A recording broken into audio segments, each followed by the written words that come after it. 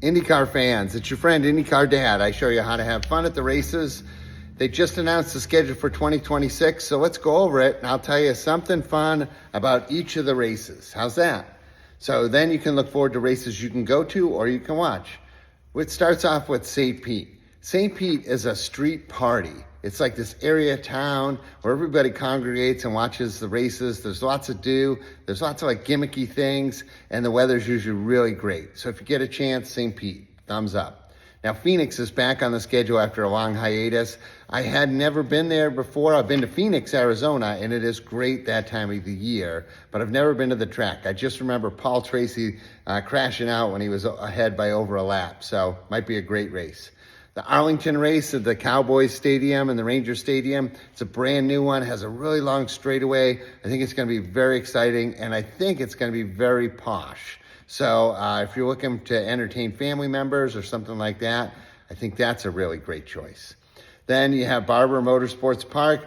I haven't been. A good friend of mine went 2 years ago, said it's a beautiful place. You get to sit in the woods and in the shade and watch the race. And I used to race motorcycles, and they have the greatest motorcycle museum in the world is at Barber Motorsports Park.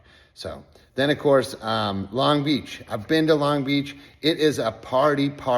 Like if you like cars and car culture, from the moment you wake up until deep into the night, there is something on track at Long Beach. It's IndyCar, it's IMSA cars, it's vintage Indy cars. There's those jumping through the air trucks. They have drifting at night. They have concerts.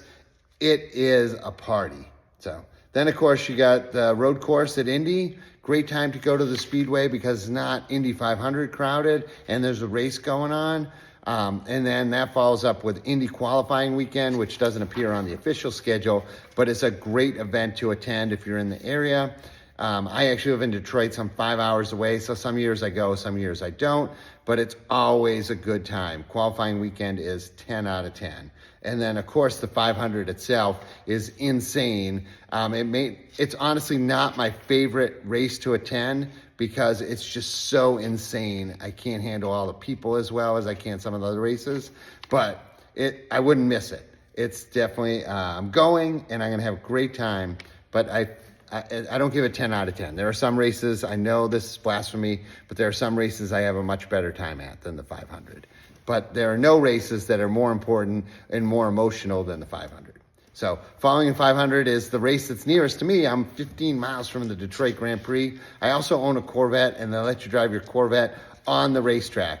Finally, I love a street fight. I love street tracks. I love when there's a little bit of bumping and banging on the entry to the corner or even the exit of the corner. So I give Detroit a 10 out of 10. I know some people don't like it.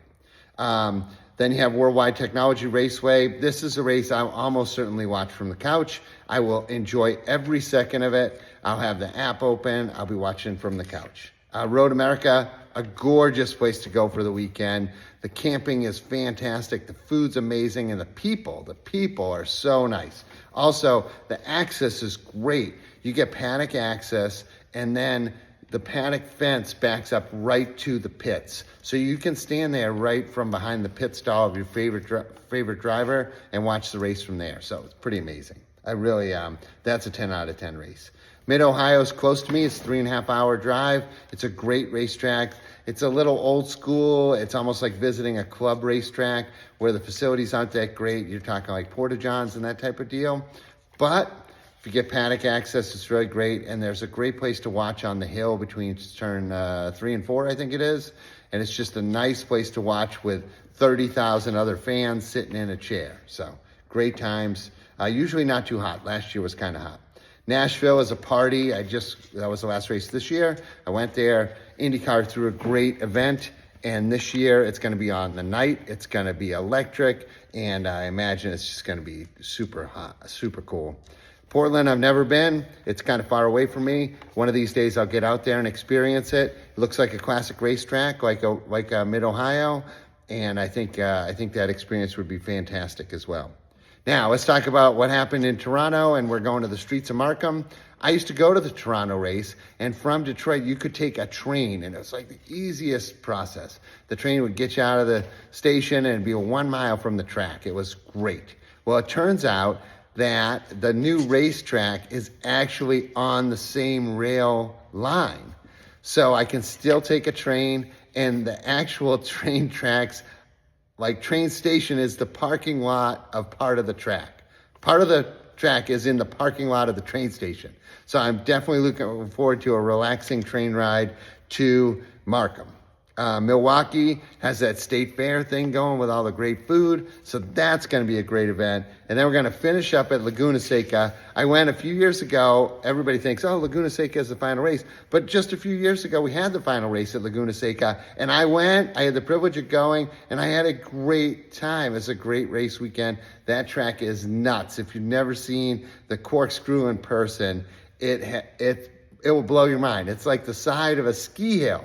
On camera, it looks way flatter. Like any of these tracks look way flatter than they do in person, but the corkscrew is way beyond. Also, I really enjoyed the food at Laguna Seca.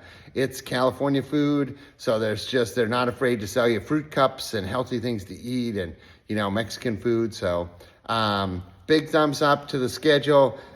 Personally, I wish it had 25 races on it. I'll take all I can get, and I'm going to try to go to as many as possible. All along the whole season, I'm going to tell you how to have fun at the races, because it's fun to go to the races. Let's leave all the drama behind and just realize we're in this for a good time. So let's go to the races and have a great time. Thanks. That's my review of the 2026 schedule.